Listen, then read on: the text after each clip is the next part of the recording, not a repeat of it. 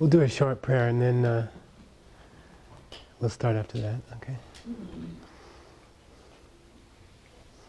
Shivagi Choshime Dodam Virabin Shininde Gambadi Sangye Shindu Mide Uwagi Dokunam Tashina Chapaisho Idam Guru Namandagamaya Dayami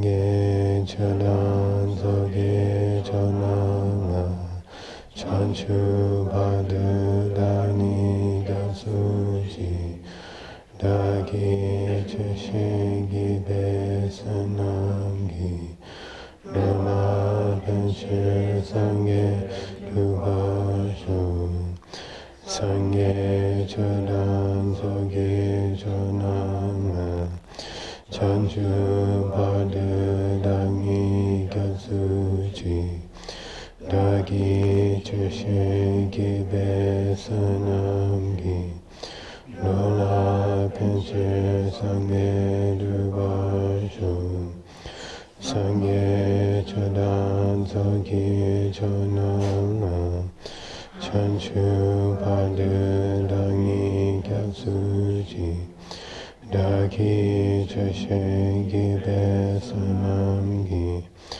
Lola Pinche Sangye Dubashu.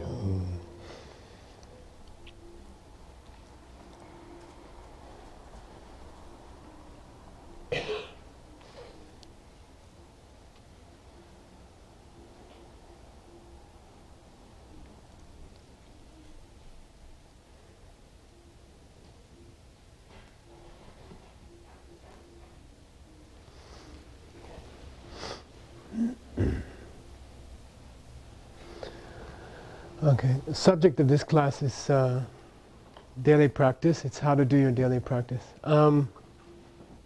We have a lot of other classes where you learn how the theory of Buddhism and all the different ideas and things like that. And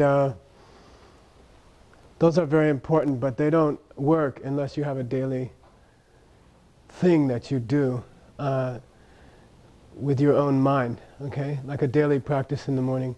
So the purpose of this class is to talk about how to do a daily practice. And mainly what I do is I just do my daily practice during the class, and then you see how to do a daily practice. I think mostly in Buddhist books, before they teach you how to do something, they talk about getting you to think about why you should do it and what's the use of doing it. Rob, you could sit with him on the stairs or something if you want. That's a new dog that we're breaking in. Okay.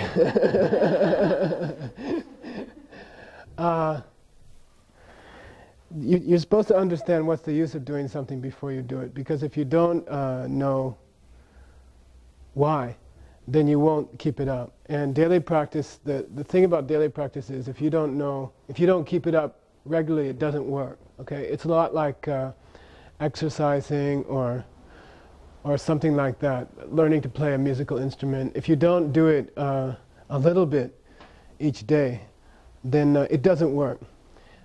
It doesn't work if you do it really 2 hours a day for 4 days and then stop for 3 days. You see, it's better to do 15 minutes a day, every day. And so it has to become a regular habit. If you keep it up on a regular basis, and I mean every day, you'll notice some things changing in your life. And if you don't keep it up on a regular basis, you won't notice anything, and you'll get bored after a while and you'll stop. Okay, so you'll never know what you missed if you don't. If you keep it up like just for a month or two, every single day, you'll notice some things will start to change. And if you don't keep it up on a regular basis, you won't notice anything, and you'll get bored of it and you'll stop after a while. And then you'll feel guilty about it because you're American, and Americans like to feel guilty. So, you know? And you think like I'm a really bad person because I'm not meditating every day. And then you'll try, it'll become some kind of, in Tibetan they say te. Te means, you begin to think of it as some kind of dire obligation that you're being forced to do. And then you won't do it, and then you'll feel guilty, and then you won't do it more, and then you'll feel more guilty. And then after a while you dislike the whole thing, because it's one more thing to feel guilty about. And it's not like that. It's like really nice. If you get to do it, it's like learning to ice skate or something, and when you start at first it's painful, and then if you keep doing it you get really good at it. So if you keep doing it you get really good at it, and then you don't want to stop. The trick is, how do you get from the point where you don't know how to do it to the point where you're doing it and you feel you got used to it and you like it, you know?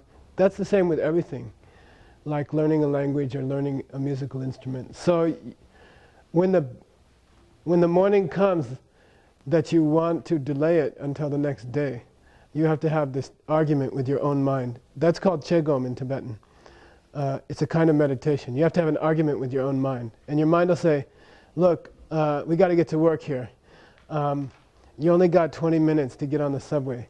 You woke up late. Let's just do it tomorrow, okay? You don't have to tell Michael Roach, you know. You put it in your book or something, you know, and then you have to have this debate with your mind, and you say, no, you know, I know that if I never skip one day, I can keep doing it. I'll get really good at it. But the way you break it, the way you fail, is that you break that first day. You stop that first day. So don't listen to your mind, okay? Don't listen. Just do it. You can be a little bit late for work. You won't notice on the day that you die, and you're sitting on your deathbed, and you're about to enter another realm, and you don't know what it is. You won't remember the day you were late to work, okay? You really won't. You'll remember the day you stopped meditating back in 1998, okay? You'll say, oh man, I should have got ready. I would have been ready, but I stopped that day. I would have been late for work, so I didn't want to be late for work, so I went, you know. And you'll die like that. And that day you will remember it, because meditation, the function of it, is to get you ready for those higher things, deeper things, you know. You can get ready for those things. You can be well prepared. And then when you die, it's like just going to another home. You know, you're ready for it, and you know what's going to happen. If you meditate on a regular basis, and I'm not saying you have to be some great yogi who sits in the snow for 3 hours or stops breathing or stops eating or something like that. I'm saying a regular American person, if you meditate, if you learn how to do it properly, and if you keep it up for a while, you can see amazing things. You can see your past lives, future lives. You can remember things back to your childhood. You can remember back further than that. And then if you keep it up, then other things can happen. You can start to see other realms and things like that. And then eventually you can start to understand how to reach those places yourself, how to stay in those places, how to become like these Buddhist angels, you know. You can do that. But it has to start with the first step. So you have to... The main thing I guess I wanted to say tonight was that my own experiences, and I've had many false starts, you know. I've had many periods in my life. I worked in a corporation for 16 years. There were many times when I lost the argument with my mind, and I stopped, and then the next day I said, well, you stopped yesterday, so you can stop today, you know. And then it's a week, and then it's a month, and then you find that a year went by and you didn't do your meditation, and I've been through it many times, and you're just wasting time, you know. I don't know how to get everybody to do it. It also helps to have some friends who are doing it, maybe. If you do your morning practice with a friend, then when you're not feeling like doing it, they yell at you. And when they don't feel like doing it, you yell at them. And it's very, very helpful to do it with a friend. So I think maybe that's one of the best suggestions. I'm trying to think of ways that if you just do it regularly, you're okay. You know, you'll be okay. Everything that you dream of, will happen to you. The trick is to get your mind to listen and to do it every day. Also, what helps a lot is to do it at the same time every day. And you just decide, you know, like I make schedules, and I actually keep them for a month or two. And the schedule will say, okay, from 9 o'clock to 10 o'clock, or from 7 o'clock to 8 o'clock, I will not do anything else. Nothing, you know. I won't answer the phone. I won't answer the door. You know, I'll never do anything else. At 7 o'clock, my meditation starts. And that works. It's like if you eat at the same time every day. I worked in this company for 16 years. Lunch was at 1 o'clock.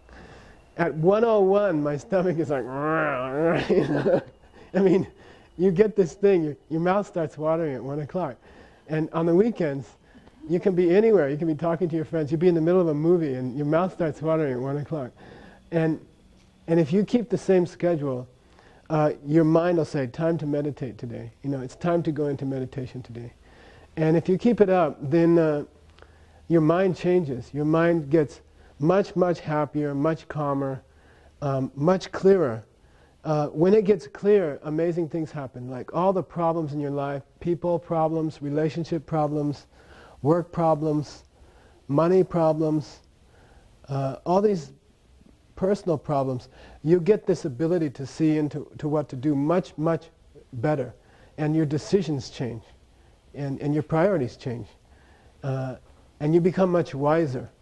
And you're able to solve problems much better. You can take a problem. If you've been meditating for a while, I've seen lamas who, in the early days in India, I was with lamas who had not seen a car engine. And I remember breaking down one day, and the guy opens the hood of the car. This is in India. You don't want to break down in India, you know. And you know, there's all these cows walking by, and big crowd starts to form, and there's this white guy there, you know, and then there's, you know, 20 people trying to get your money and stuff like that. And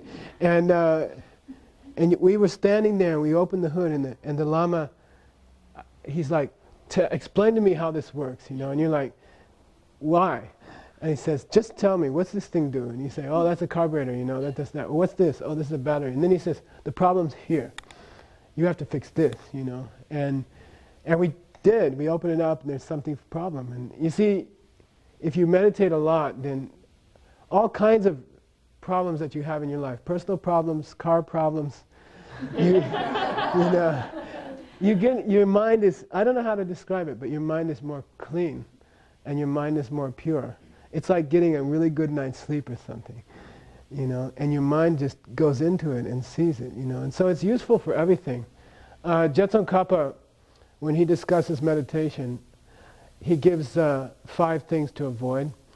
And then he says, by the way, I'm not talking when you're on your meditation cushion. I'm talking at work. I'm talking in the fields if you're a farmer. I'm talking in the home if you're a housewife, anything. You know, he's saying this state of mind you can use all day long. And it's very, very powerful, and it works. And then you don't fool around. Everything you do has meaning. Everything you do the most important things. And then everything you do, immediately you see how things work and why things work, and you're able to solve things quickly. It's very cool. It's like being in a different person's mind. And if you keep up your vows, you know, there's Buddhist vows that you can take, like not hurting other people, not putting down other people, not speaking badly to other people. If you keep those vows for a while, it changes your intellectual capacity. Okay, it's very interesting. You know, like somebody should measure it one day. You know, but if a person honestly, sincerely keeps their practice, it actually changes your mind. And your mind becomes more capable and stronger and more clear. And every year that goes by, instead of getting more confused and more addled, it gets stronger and stronger. And you can memorize things quickly, you can understand things quickly, you can translate things like nothing, you know. It just seems, it gets stronger and stronger. It's very cool. It's really cool. And meditation works like that. And it's important to emphasize that it's because you're doing a little bit each day. It's not the big things. I mean, even people who are very, very good at meditating, 45 minutes is great. You know, 1 hour is more than enough. You know, half hour is pretty good.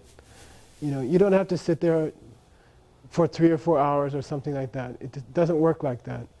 half an hour a day, 45 minutes a day, you can get there, you know. It's very, very nice. You can do it. So we're going to try. That's my sales pitch, okay? I don't know how to make you do it. Maybe I'll come to your house and check or something, you know.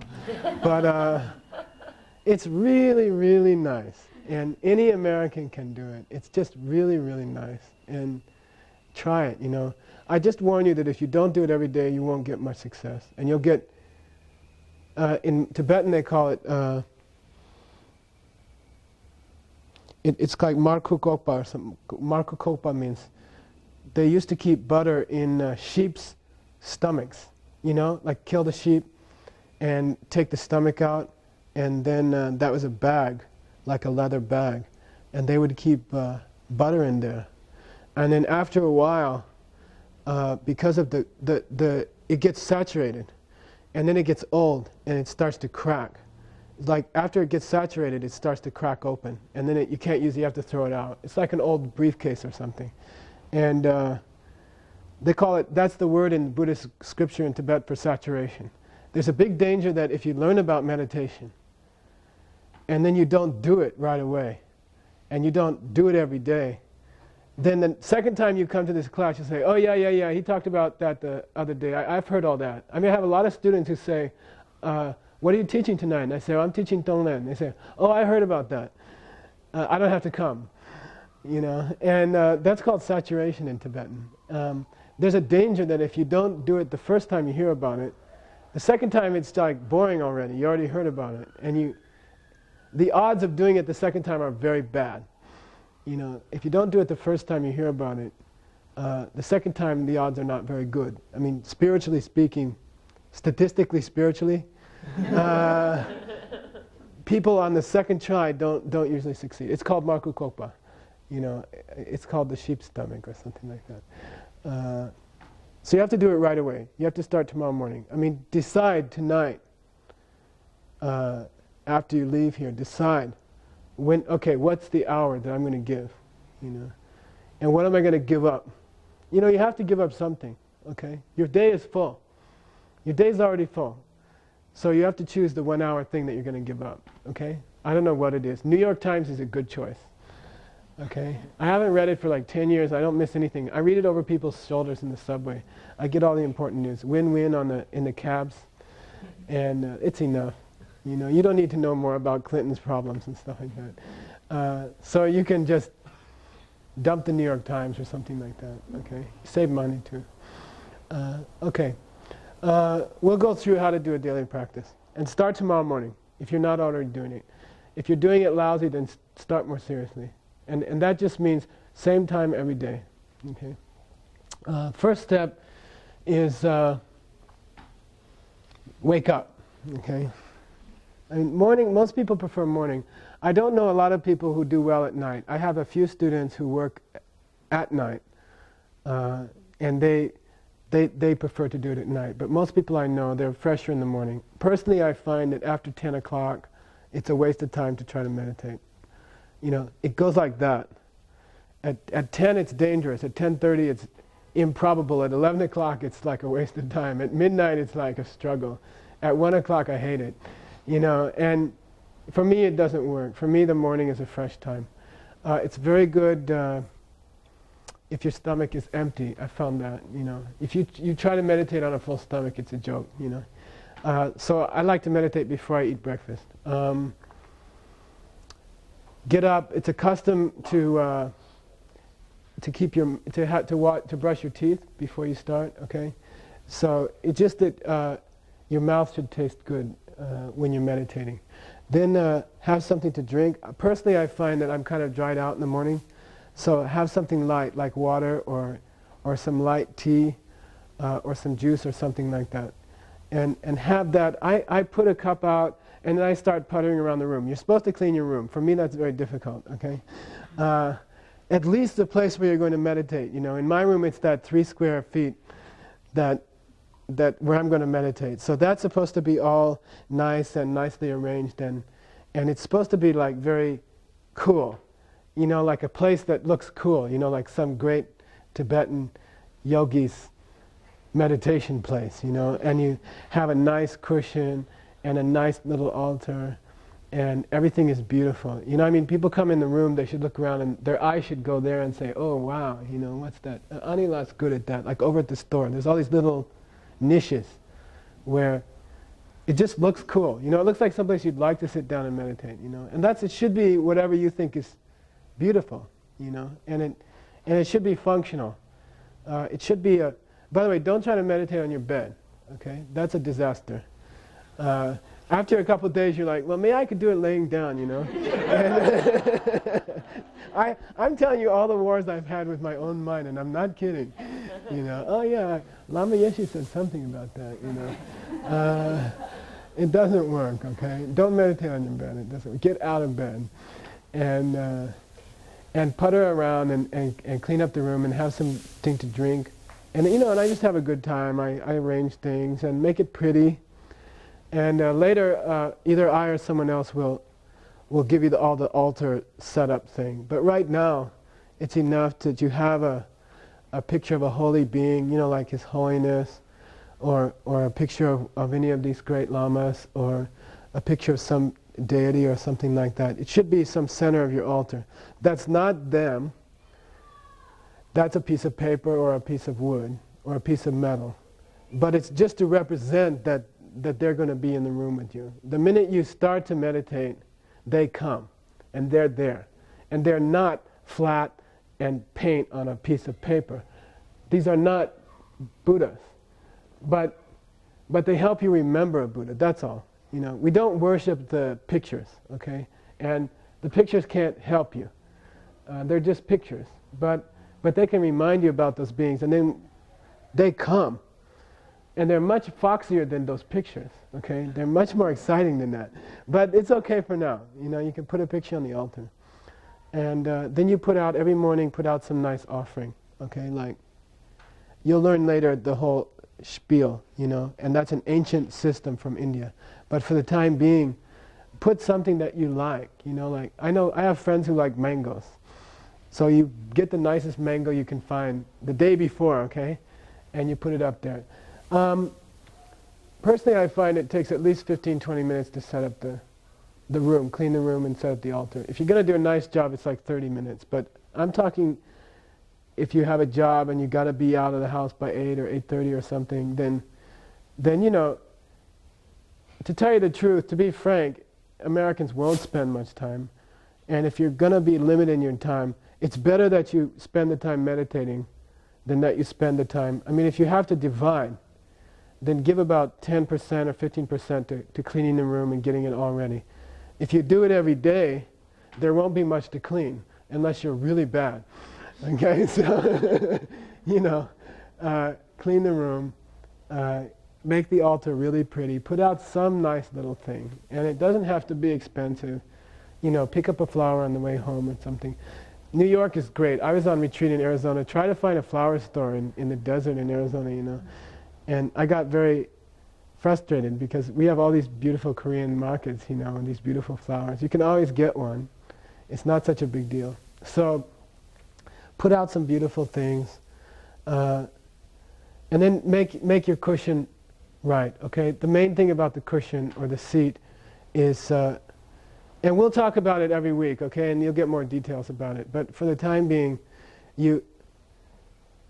the back should be higher than the front, and your whole butt should be up off the ground, okay? And the back should be higher. And that forces your back to stay straight, okay? It forces you a little bit straight. It should be really comfortable, and you should experiment. Like you see here, like 10 different kinds of cushions.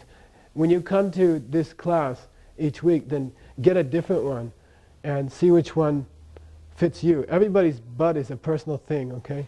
And they all work different, okay, apparently.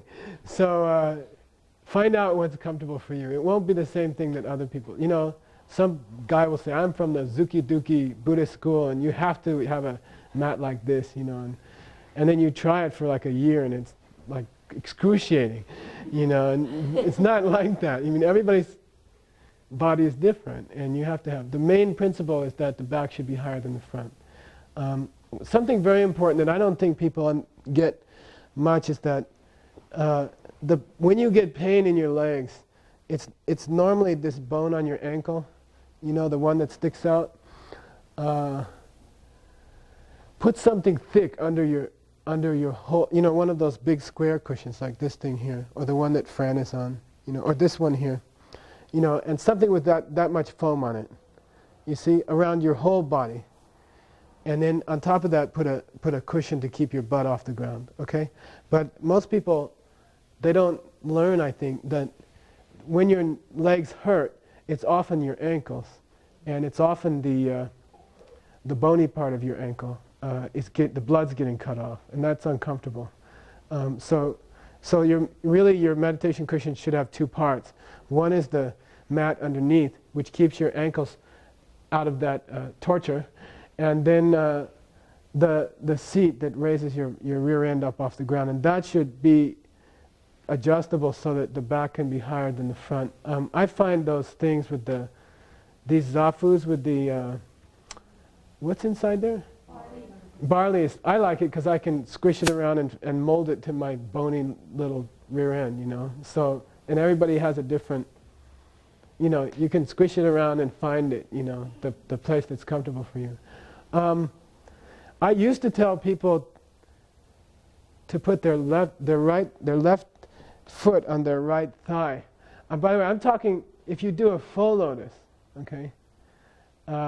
You're supposed to put the left foot up on the right thigh first, and then you take the right foot and put it up on the left thigh over the other one. And I checked this in the scriptures. I surfed for it. We have about 120,000 pages of scriptures typed in. And every one was the same. Everybody says do a full lotus like that, okay? I used to teach it that if you did a half lotus, you should just put your left foot on your right thigh. And when I was surfing, I noticed they said, when you do a half lotus, don't do it that way. So I'm correcting myself officially, all right? It's called a sembe kyutung. And it says put the right foot up on the left thigh, all right? And then just let the other foot go underneath, all right? If you're used to the other one, I'm sorry, maybe you want to try both and see what, but I believe we should probably follow the scripture, okay? And I'm sorry for that. I thought if you just kept the first half of the full lotus, it would be the half lotus, but that's not true, okay? Personally, I find it useful. If you do a full lotus, both of your feet are up on your thighs like that. And if you put your hands there, by the way, this is correct, okay? Left hand down first, and then right hand down on top of it. The scripture says hold your thumbs together, you know. And I remember when I was learning to meditate, and I was like, and they said it was important for later, and I was like, uh-oh, I better do it, you know. And all my mind is on my thumbs, you know, and they're like falling down all the time. And they shouldn't be like that, okay? I mean, if they're just touching like that, it's okay. I mean, if you can, this is great, okay? But if you can't, you know, any variation is okay. I found that if you push your elbows out, watch, you see, if you go like that, it makes it easier. It hangs easier, okay? If you hold your elbows towards your body, they fall down, your thumbs fall down. You know, and I come from this Christian background where you feel real guilty that your thumbs are falling down, you know. You know, maybe God won't like it, you know. Not like that, okay? The main thing is to get comfortable, okay? By the way, if you can't sit in this position and if it becomes distracting, then for goodness sake, just put your legs out, okay? Don't sit there for 3 years and ruin your meditation thinking about your knees, okay? I mean, how many people have done that in America? I can't even imagine. I have lots of students who say, yeah, for 2 years I meditated on my knees, you know. I said, well, why don't you just stick your feet out? They say, I don't know, the Lama said I had to do it like that. It's not true. I mean, the book says, you know, if you have some physical problem that you can't sit that way, or if you have to sit on a chair, well, for God's sake, sit on a chair. You know what I mean? The main thing is that your mind is concentrated.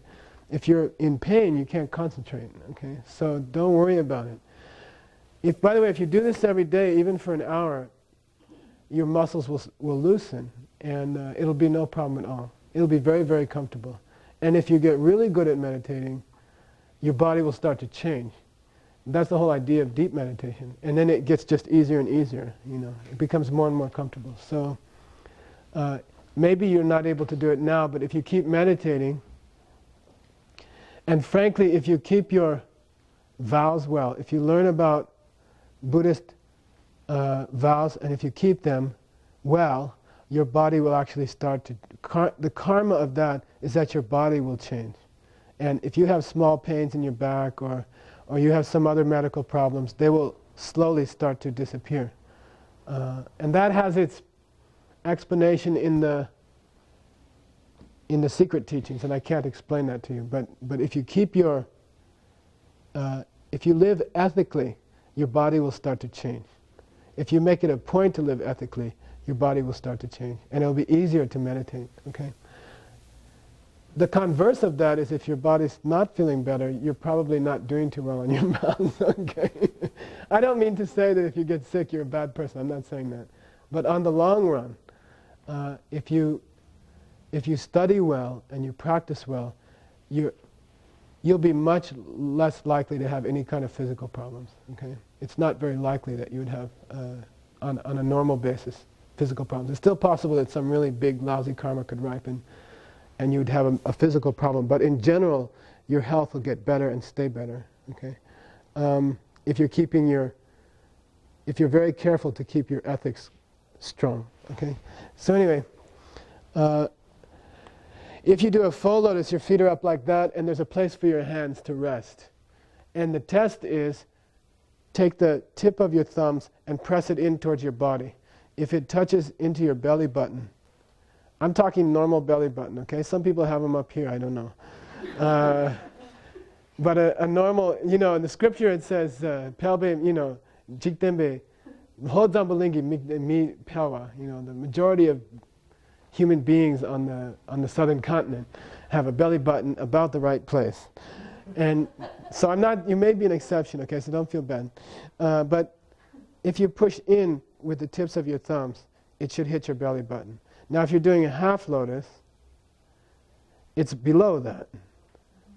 If you're doing a full lotus, it rises up to there. So we're talking a full lotus.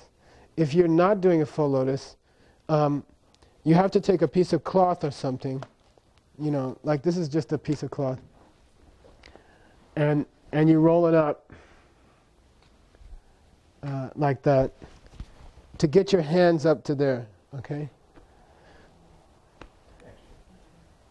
Okay. Okay, you're one of those other guys, okay? And then you press your thumbs in towards your belly button. If you feel it in your navel, then you're about the right place, okay? That keeps you straight, okay? I'll talk about other details later, but I thought it'd be nice to do some meditation tonight, okay? And each week we'll do more details about what to do, okay? But that's the basic posture. They say don't get one shoulder higher than another. I have students who start, like that. Don't go too far forward. Don't go too far back. Okay. The head should be straight. Okay. Mouth should be loose. But they say don't breathe through your mouth unless you have a bad cold or something. And then you're allowed to breathe through your mouth. Okay. And if your nose is blocked, then for goodness sake, breathe through your nose. Okay. I mean your mouth. My lamas taught me to go in the bathroom and blow my nose as hard as I could into the sink. Like not even tissue paper, but just, brr. And it's important that your nostrils are clear. That's important later when you do secret teachings, okay? So it's important to get in the habit that you go in the bathroom when you brush your teeth and then blow your nose really hard. Like I finish my tea or my juice and then I go in and blow my nose, brush my teeth, and then go meditate, okay? Eyes you can keep closed if it's more comfortable, or you can keep them open. But if you keep them open, you open them a little bit like that, and you stare down, okay? Like that. You don't look up. You keep them down, but don't put your head down, okay? The head is still erect, but the eyes are like glancing downwards, okay? try not to focus on anything. When you set up your altar, in front of your eyes, put some kind of plain colored cloth or something, you know, not any interesting pattern, because then your mind will go into it, okay? Just a plain, solid color or something. And then you don't start your mind wandering and everything like that, okay? Okay, we'll do a little bit tonight. You ready? First step in meditation is to decide that you're not going to move, okay? So decide, all right? Get comfortable. Get really comfortable. Don't be a hero. Nobody's watching. We're all going to be meditating, okay? Get comfortable for you, and don't try to impress somebody else. Nobody cares, okay? Get comfortable, and then decide you're not going to move for the next 20-25 minutes, okay?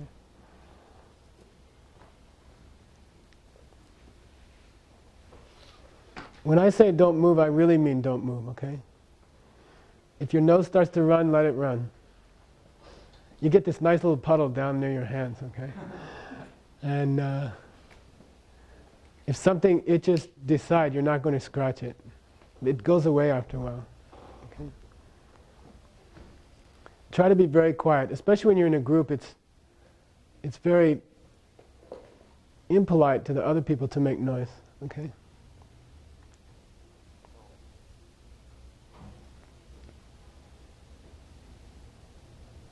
The first thing you do is just watch your breath. Watch your breath means feel the air moving through your nostrils. Feel the feeling of the air touching the inside of your nostrils, okay? So just watch it there. Pretend you're a little guy. You could be hanging on to one of your nose hairs, okay? And you're standing there and you're just watching the air go in and out. Watching means feeling the air on the inside of your nostrils. And just watch it for a while. This puts the mind into neutral.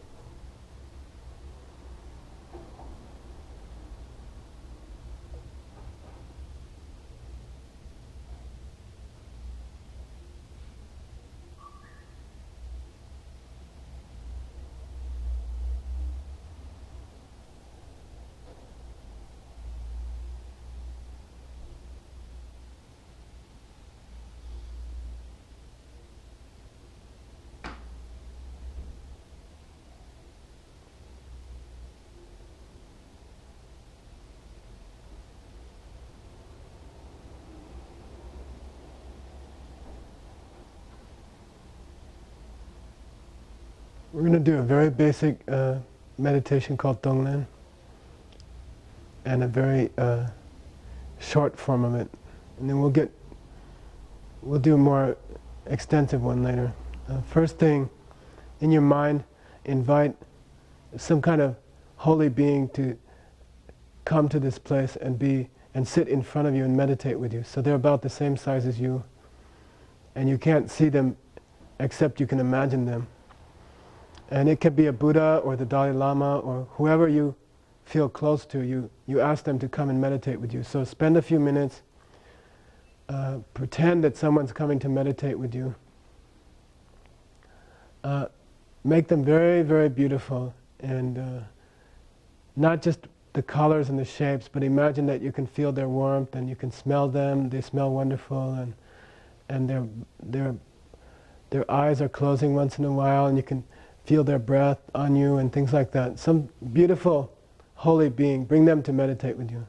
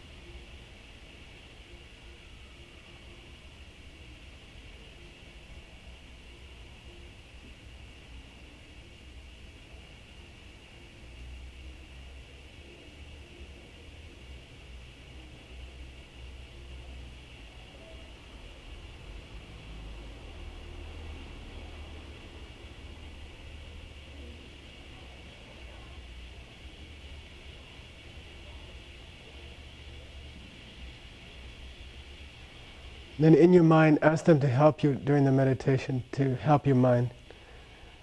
And just imagine that you're thinking like that, and they can read your mind, and they agree to help you. So ask for that help, and keep picturing them in front of you.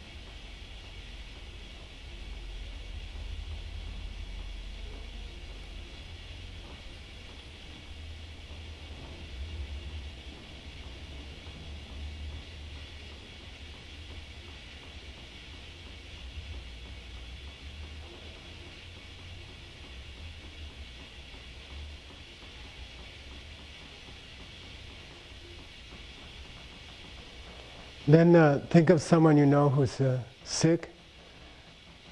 Could be mental or physical. Someone who's depressed or or someone who has an illness, and try to imagine that you're sitting with them in their room. They can't see you, but you're there in their house and you're sitting near them. You go there in your meditation and you sit close to them and try to picture their house very clearly. Picture where you're sitting and get their face and their body very clearly in your mind. Go to their house.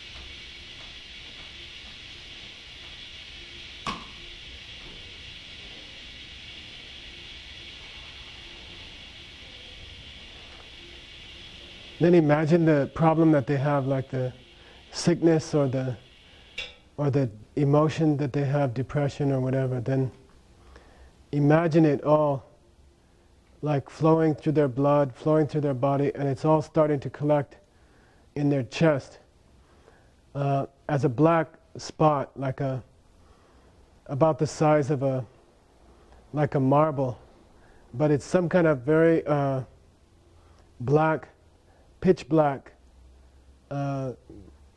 unpleasant stuff like thick crude oil or something gooey and unpleasant, okay? All of that problem, all of their sickness, all of their unhappiness, collected all in their chest like a very evil black tumor.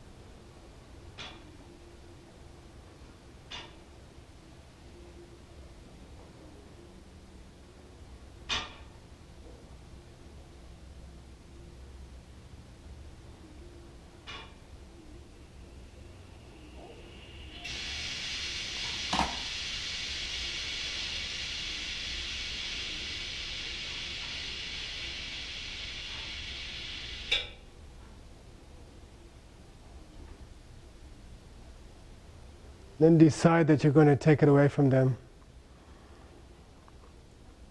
and destroy it. And in your meditation, take about 10 breaths in and out. And each time you take a breath, imagine that that black ball is coming out of their nose like a stream of black light. And you're sucking it up out of their nose, it comes up from their chest into their throat and out of their nose, and then it's coming in the air towards you. And then let it collect in a ball right in front of your nose. Don't let it touch your face yet, but take away their problem out of them. And then each time you take a breath, take about 10 breaths, and each time you breathe in, suck a little more of that black towards you. And then let it collect in the air in front of your face.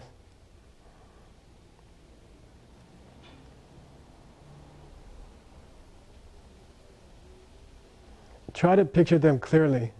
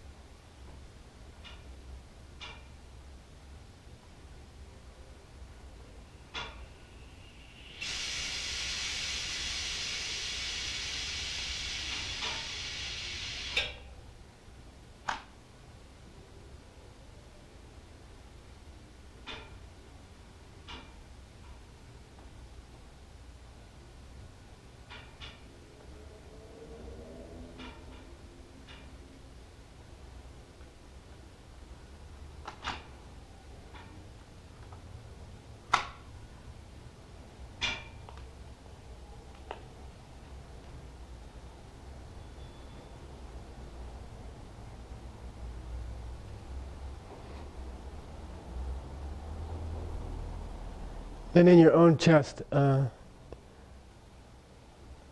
an inch or two inside of your chest, in your heart, then picture a red flame.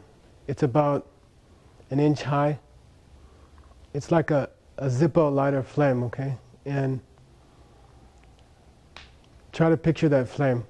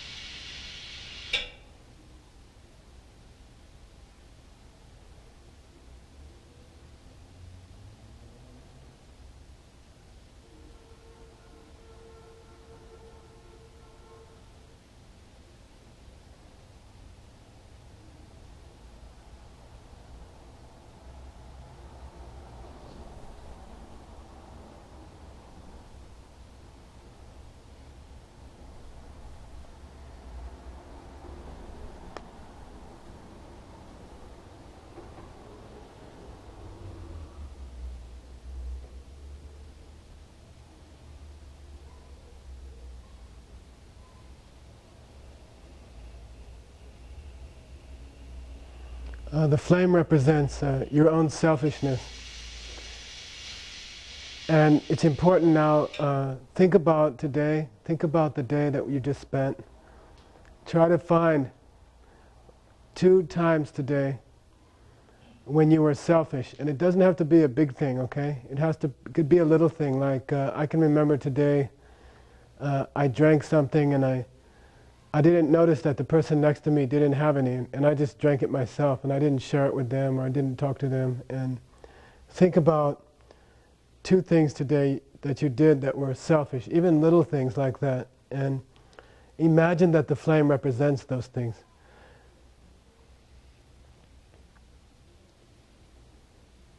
Search the whole day. Make it specific. We don't want anything vague. Okay?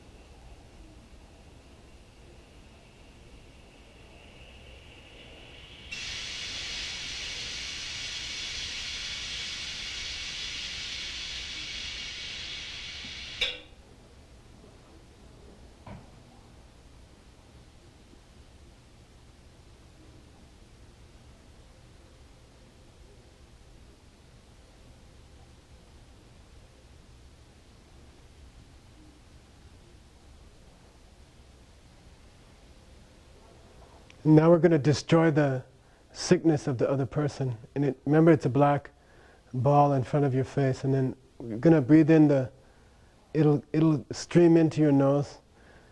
And when I say, then breathe it in. And it'll come down slowly. And imagine it very, very slowly start to approach the flame. And it gets closer and closer and closer. And then finally the blackness touches the flame. And then imagine that there's this like explosion, like a flash, like a photograph, what do you call it? Flash bulb going off. And the flame, the selfishness just disappears immediately.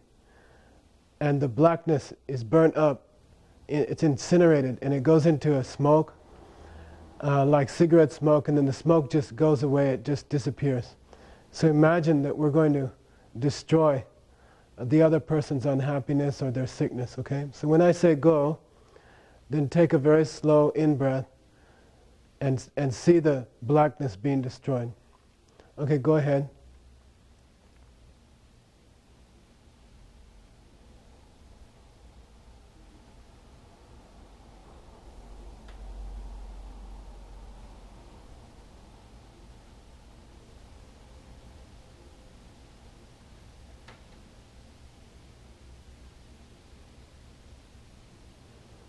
And then see this white, soft ball of light. It starts to form in your heart where the flame used to be. And this is like a pure thought that you love the other person, and it's the goodness of your heart and the goodness of your mind, and it's spreading in your chest like a nice warm soft white light.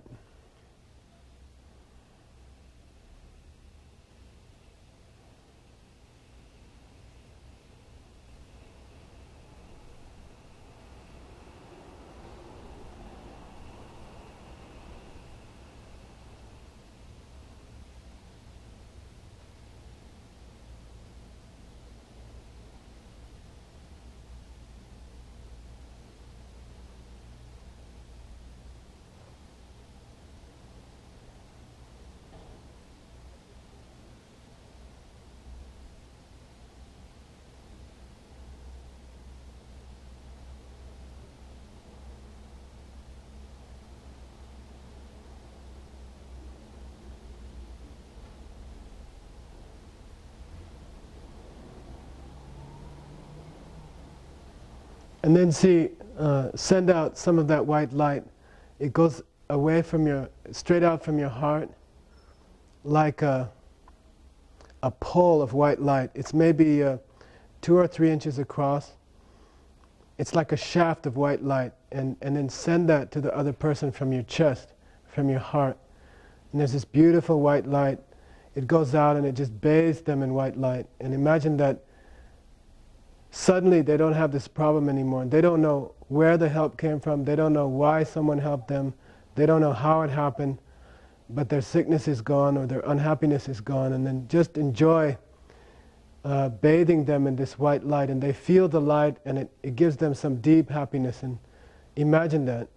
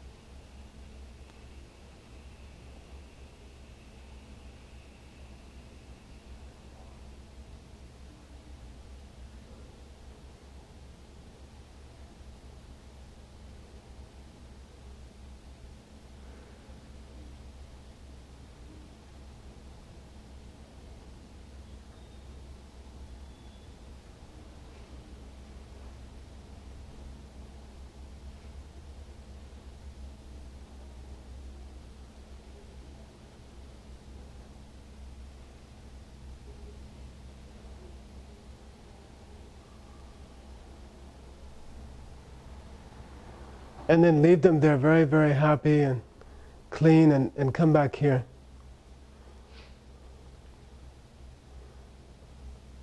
And picture that being sitting in front of you. Think about them. Look at them again.